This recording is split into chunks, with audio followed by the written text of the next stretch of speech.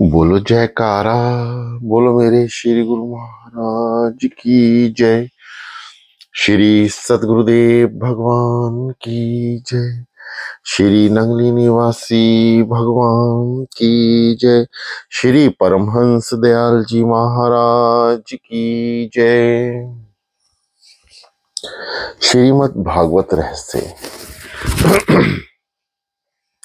दशम स्कंद पूर्वार्ध। आगे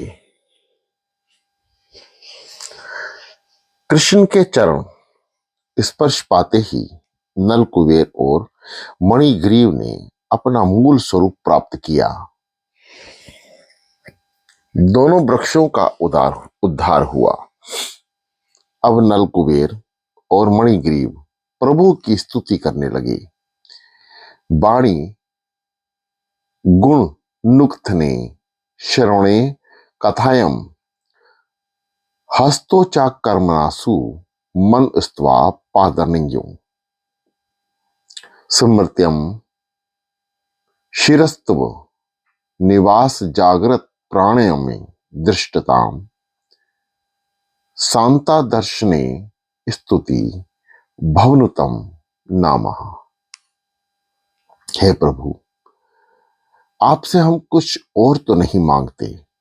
अपनी वाणी आपके गुणगान में रत रहे, अपने कान आपकी कथा के श्रवण में लीन रहे, अपने हाथ आपका सेवा कर्म में, अपना मन आपके चरण स्मरण में, अपना मस्तक आपके निवास रूप जगत को प्रणाम करने में और अपनी सृष्टि दृष्टि आपकी मूर्ति रूप संत पुरुषों के दर्शन करने में तत्पर रहे। हे नाथ, बस यही कृपा आप हम पर करें। यह प्रार्थना हम सबको भी करनी चाहिए। हमारी वाणी श्री कृष्ण का कीर्तन करती रहे, आंखें श्री कृष्ण का दर्शन करती रहें और मन श्री कृष्ण का ध्यान करता रहे। हमें अपनी प्रत्येक इंद्रियों को भक्ति रस कर देना चाहिए। नल कुबेर और मणिग्रीव के ने अपनी हरेक इंद्रियों के लिए भक्ति रस की मांग की और स्तुति करते हुए गोलोकवासी हो गए। गोलोक धाम में श्री कृष्ण लीला नित्य होती रहती है। वे दोनों स्नग्ध और मणुकंठ बने। वे दोनों वहां रोज कीर्तन करते हैं। स्कंद मधुकंठ ने कहा, अक्रूर श्री कृष्ण को मथुरा ले जा रहे हैं। यशोदा यह सुनकर ग्रीव हो गई तो निस्कंद मधुकंठ ने कहा, यह तो पृथ्वी पर रची गई लीला है। लाला तो तुम्हारी गोद में ही है। योग माया ने दोनों वृक्षों को गिरने नहीं दिया था।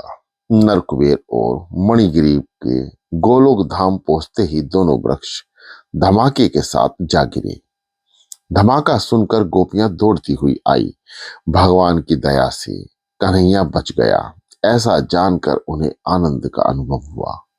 नंद बाबा भी दौड़ते हुए आ पहुंचे। उन्होंने देखा तो कन्हैया मूसल के साथ बंधा हुआ था। किसने बांधा? कोई उसे छोड़ता क्यों नहीं है? उन्होंने लाला को बंधन मुक्त किया। नंद बाबा कहने लगे, बेटे, तुझे तेरी मां ने बांधा था ना? देख तो मैंने तुझे छोड़ दिया। तू किसका बेटा है? लाला बोले, आज तक मैं अपनी माता का बेटा था, अब मैं आज से तुम्हारा बेटा हूं। नंद बाबा की इच्छा थी कि कन्हैया एक बार कह दे कि वह उनका बेटा है। आज इनकी इच्छा पूरी हो गई। नंद बाबा यशोदा को डांटने लगे, लाला को तूने बांध क्यों दिया? तुझे दया भी नहीं आई। यशोदा ने सोचा कि आज सभी उस पर गुस्सा करते रहेंगे। मेरी वैसे तो कोई इच्छा नहीं थी उसे बांधने की, किंतु इसे चोरी करने की आदत हो गई है।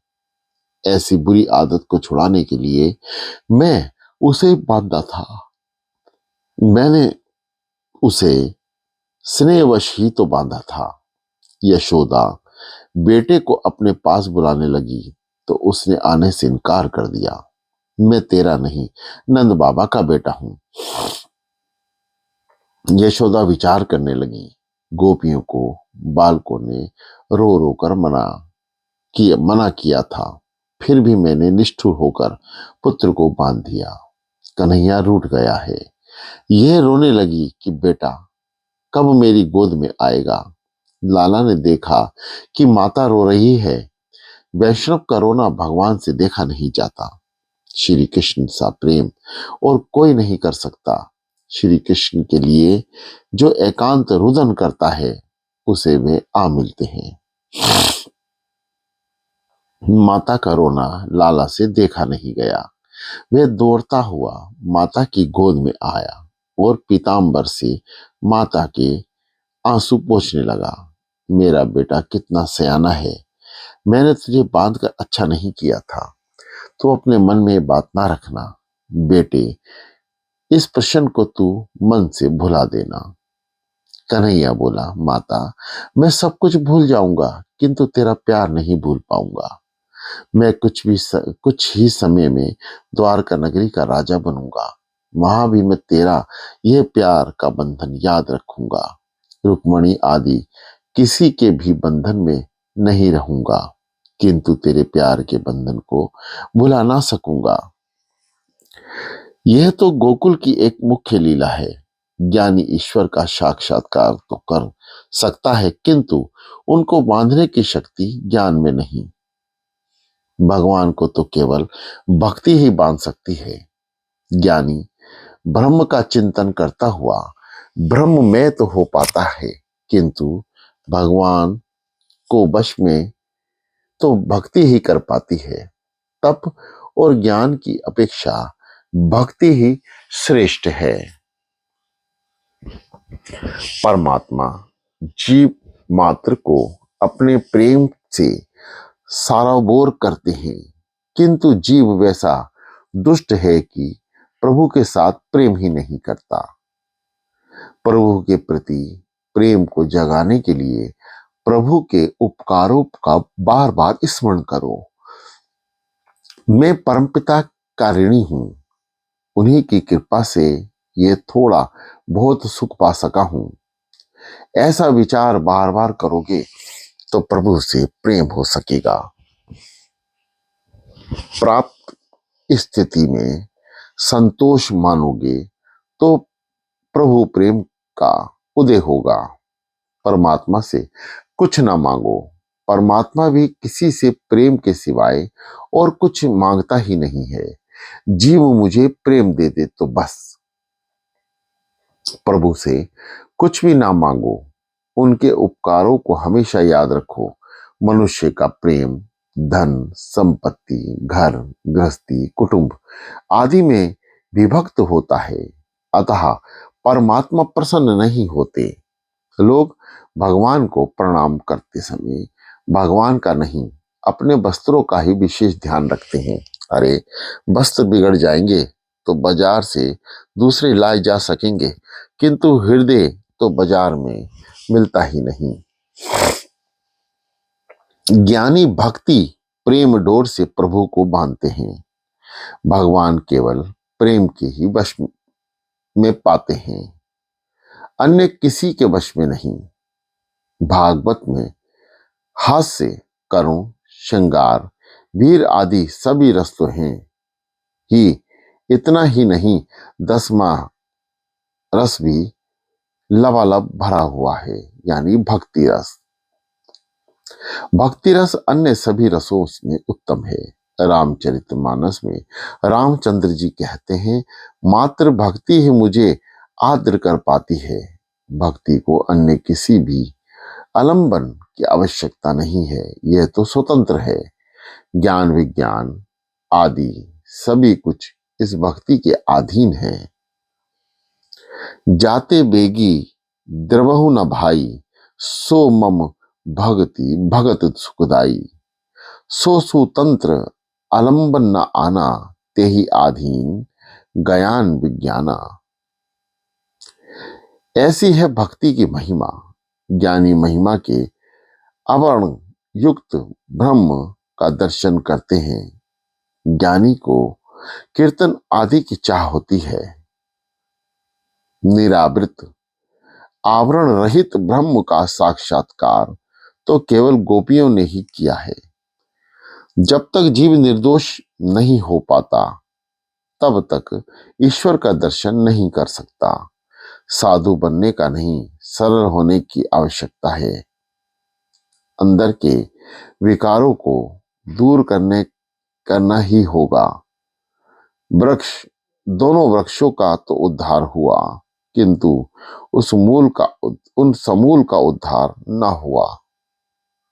श्री कृष्ण दोनों वृक्षों के बीच में से उस पार निकल गए, जबकि मूसल तो टेढ़ा होकर इस ओर ही रह गया था। प्रभु ने वृक्षों के अंदर प्रवेश किया, सो उनका उद्धार हो गया। जिसके अंतर्देश में भगवान का प्रवेश होता है उसका उद्धार हो जाता है। यदि वे हमारे अंतर में आएंगे तो हमारा ही उद्धार हो जाएगा। दामोदर लीला द्वारा भगवान जगत से कहते हैं कि जब जीव मुझे बांधता है तब मैं उसको बंधन से छुड़ाता हूं। सुखदेव जी वर्णन कर रहे हैं। एक बार गोपियां यशोदा के घर आकर कन्हैया को अपने घर ले जाने को कहती हैं। कन्हैया, तू मेरे घर आएगा? तो कन्हैया पूछता, तुम्हारा घर तो आऊं, किंतु तू मुझे क्या दोगी? गोपियां पूछती, क्या चाहिए तुझे? कन्हैया कहता है, माखन। कितना दोगी? गोपियां पूछती हैं, कितना चाहिए तुझे? तो कन्हैया अपनी दोनों बाहें फैलाकर कहता है, इतना। तो गोपी पूछती, इतना सारा माखन तो कैसे खा सकेगा? कन्हैया, मैं तो कुछ भी नहीं खाऊंगा, मुझे तो अपने मित्रों में माखन बांटना है, अपने मित्रों को खिलाना है। ईश्वर औरों को देकर प्रसन्न होते हैं। खाने वाले की अपेक्षा औरों को प्रेम से खिलाने वाले को अधिक आनंद मिलता है। मन माखन सा कोमल हो पाए और जीवन मिश्री सा मधुर तो कन्हैया अवश्य आएगा। गोपी ने सोचा, इसे माखन दूंगी तो वह उसे लेकर तुरंत चला जाएगा, उसे कुछ देर रोकना चाहिए। उसने कहा, लाला, माखन मुफ्त में नहीं मिलेगा, तुझे मेरे घर का कुछ ना कुछ काम भी करना होगा। कन्हैया ने पूछा, कौन सा काम करना होगा मुझे? गोपी ने कहा, जा वे पाट ले आ। वैसे वे था तो बड़ा वजनदार, किंतु कन्हैया ने सोचा कि उसे उठा लाऊंगा तो सभी बालकों को माखन खिला सकूंगा। ये पाट वजनदार था, सो हाथ से छूट गया और कन्हैया का पीताम्बर भी खिसक गया। ब्रह्म ज्ञान प्राप्त होने के बाद भी अविद्या का अंश बाकी रह जाता है, क्योंकि प्रारब्ध कर्म को भुगतना ही पड़ता है। अज्ञान का पूर्ण नाश हो जाए तो प्रारब्ध कौन भोगेगा? ब्रह्म ज्ञान से प्रारब्ध कर्म का नाश नहीं हो पाता। ब्रह्म ज्ञान से क्रियामण और संचित कर्मों का नाश होता है। जब तक इस देह का प्रारब्ध है तब तक अविद्या शेष रहती है। प्रारब्ध कर्म के भुगतान के बाद उसका नाश होता है। ज्ञानी को ब्रह्म साक्षात्कार होने पर अविद्या का अंश बाकी रह जाता है और कुछ आवरण के साथ साक्षात्कार होता है, किंतु इस वज्र भक्तों को तो अनावृत श्री कृष्ण के दर्शन होते हैं।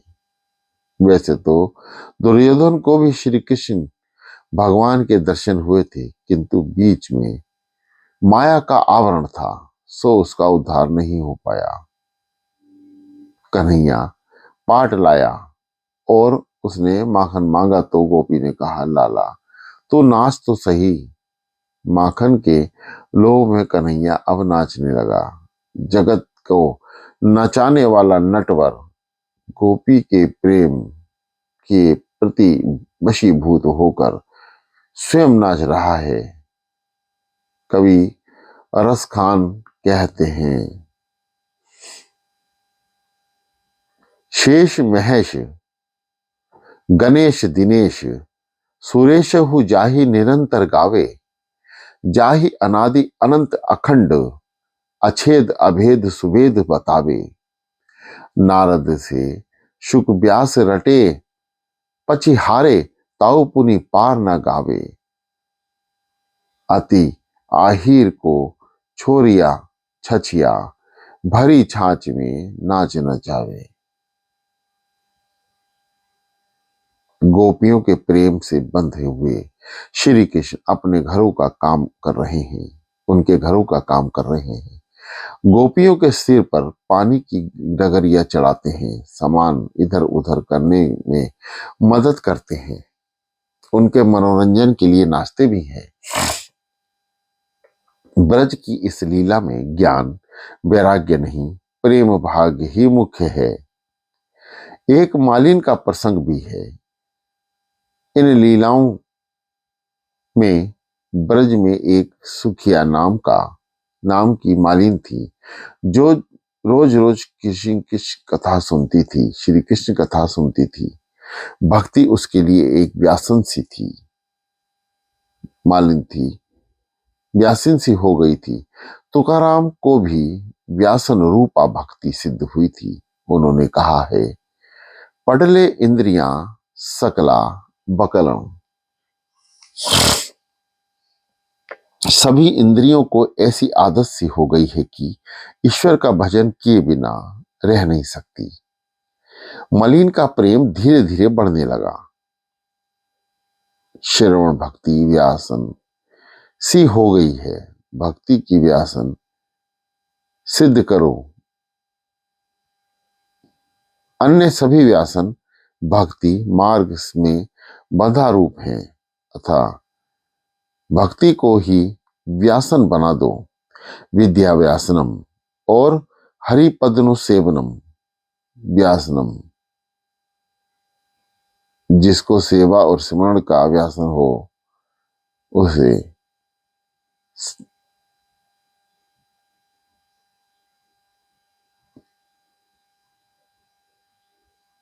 वही सच्चा वैष्णव है। कन्हैया कान में से आंखों से हृदय में उतर जाता है। बार बार सुनने पर ही कृष्ण के दर्शन की उत्कंठा होती है। लाला के दर्शन के लिए सखियां आती हैं। अधिकार के बिना भगवान के दर्शन नहीं हो पाते। यदि सुख सुविधा की इच्छा बनी रहती है तो भगवान के दर्शन नहीं होंगे। जीव जब पूर्णतः निष्काम और वासनाहीन रहता है, तभी वे दर्शन देते हैं। ईश्वर दर्शन के सिवाय अन्य कोई भी वासना सूक्ष्म रूप से शेष नहीं रह गई। कोई तो ईश्वर दर्शन नहीं देंगे।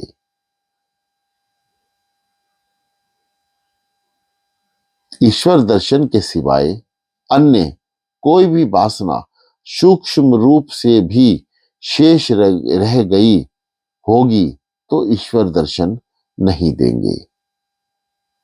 सुखिया मलिन हर रोज नंद बाबा के आंगन में आती जाती थी, किंतु कन्हैया बाहर निकलता ही नहीं था। तो उसने एक भूदेव से कृष्ण दर्शन का उपाय पूछा। भूदेव ये जानकर प्रसन्न हुए कि वह एक ऐसा जिज्ञासु और सुपात्र जीव है। तो उन्होंने सुखिया से कहा, अपने घर में बाल लीला की सेवा साधना स्मरण करती रहेगी तो ये प्रसन्न होगा। ईश्वर को वश में करने का एक ही अच्छा साधन है सेवा स्मरण।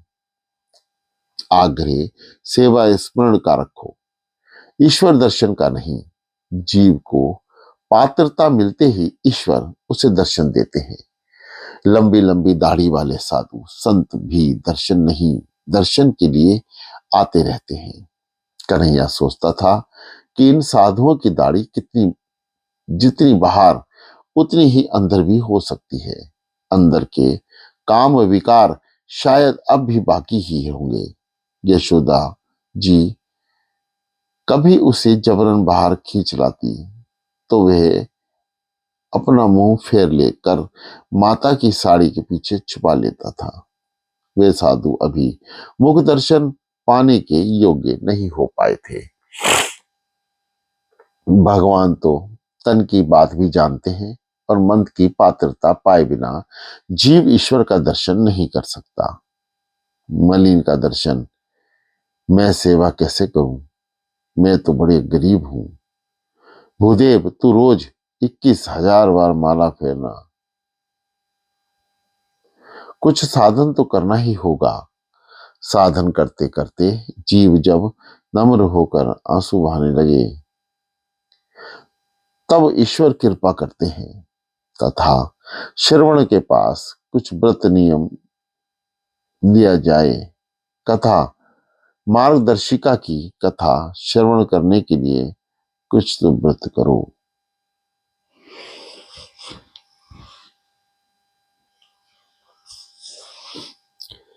मलिन को भांति भांति का साधन बताए गए किंतु वे सब उसके अनुकूल नहीं थे। तो भूदेव ने कहा यदि तू कुछ भी नहीं कर सके तो कम से कम नंद बाबा के घर हर रोज 108 बार प्रदक्षिण कर।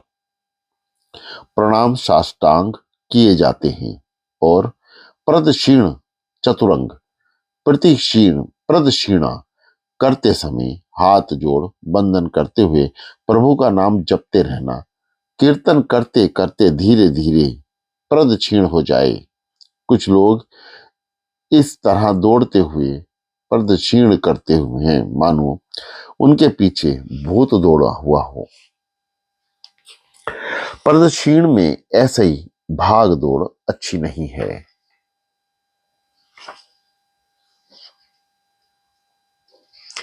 3 वर्षों तक प्रदक्षिण का ये नियम बनाए रखना, कन्हैया अवश्य दया करेंगे। तो मलिन इस प्रकार रोज प्रदक्षिण करने लगी।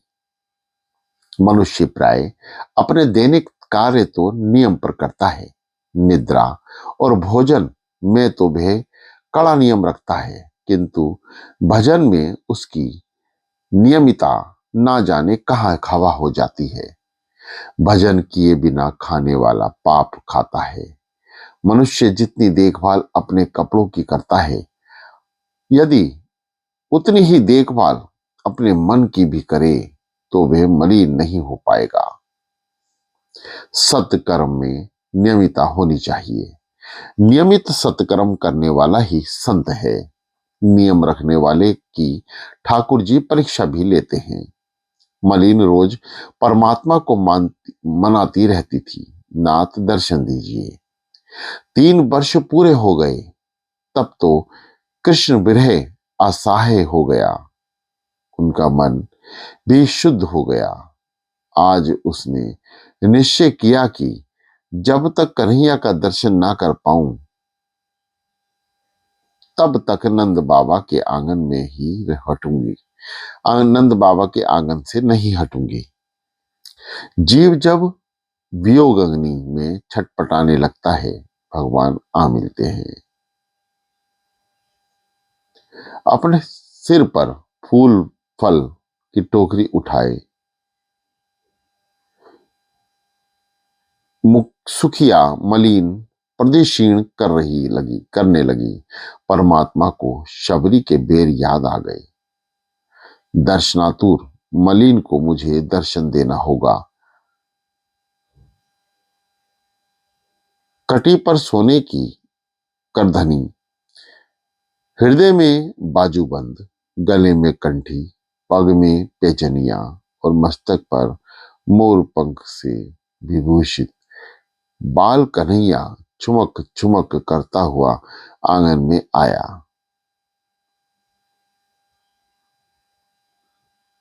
दर्शनातुर मालिन के सामने आकर हाथ फैलाकर लाला फल मांगने लगा। बाल कन्हैया ने मलिन की भी बातें करने के लिए आतुर थी। अपने सुख दुख की बातें कन्हैया से एकांत में कहना, अपने दुख की कथा कृष्ण के सिवाय किसी को भी ना कहना, ये तुम्हें सुख देगा। मलिन ने सोचा कि यदि लाला के हाथ में फल रख दें तो तुरंत ही वे भीतर लौट जाएगा। शोभे उनको उसको बातों से रोकने लगी। वे फल देने नहीं, बेचने आई हूं। फल ले ले और मुझे आनंद दे। फिर उसे दुख भी हुआ कि अनाज मांगा ही क्यों, उसे कोई संतान ना थी। यदि मेरे घर पुत्र हुआ तो मैं उसे प्यार करूंगी। बालकृष्ण दौड़ता हुआ 2 मुट्ठी भर चावल ले आया और मालिनी के टोकरे को रख दिया। अब तो फल दो, मालिन ने कहा। मेरी गोद में तो आके बैठ जा। मैं तुमसे सुख दुख की बातें करना चाहती हूँ। तो कन्हैया उछलकर उसकी गोद में जा बैठा। मलिन की इच्छा परिपूर्ण हुई। ब्रह्म संबंध संपन्न हुआ। हजारों वर्षों की बिरह जीव आज ईश्वर से जा मिला। प्रेम में कभी तृप्ति होती भी नहीं। कन्हैया कहने लगे, मैं तो अभी बालक हूं, पिता हूं और माता भी हूं। मेरे साथ जो जैसा करेगा वे वैसा पाएगा ही। मलिन ने लाला को बड़े अच्छे मीठे फल दिए। दोनों आनंदित हो रहे थे। कल मिलते ही लाला भागा हुआ घर में चला गया। फल मिलते ही लाला भागा हुआ घर में चला गया। मलिन ने प्रभु से प्रार्थना की कि कहीं अपने कन्हैया को अपनी ही नजर न लग जाए। अपनी टोकरी लेकर सुखिया घर वापस आई। टोकरी सर से उतारते ही तो देखा कि वह तो रत्नों से भरी पड़ी है। उसे सुखद आश्चर्य हुआ। सोचने लगी कि मेरे जन्म जन्मांतर कार करीदंड दूर हुए। ईश्वर तो फल दोगे तो तुम्हें रतन देंगे। परमात्मा जब देते हैं तो छप्पर फाड़ कर देते हैं। मनुष्य देते समय कुछ संकोच रखता है, किंतु प्रभु तो कई गुना बढ़ा कर देते हैं। जो व्यक्ति अपने सत्कर्म रूपी फल भगवान को अर्पित करता है, उसकी जीव टोकरी को भगवान सुख सुविधा के रत्नों से भर देते हैं। भगवान उसे ब्रह्म विद्या रूपी दिव्य रत्न भी देते हैं। सुविधा मालिन जीव का प्रतीक है। जीव से परमात्मा सत्कर्म पुण्य के फल मांगते हैं, तो तुम्हें सत्कर्म रूपी फल भगवान को दोगे तो वे तुम्हें कई गुना करके देगा। भगवान किसी की भी ऋण की बोझ अपने सिर पर नहीं रखते, वह तो ब्याज सहित अदा कर देते हैं। यत करोसी यत शानी यज जुहोशी दादसी यत यति परस्पसी कोनत्य ताकुरुविश मद पर्णम। बोलो जयकारा, बोलो मेरे श्री गुरु महाराज की जय।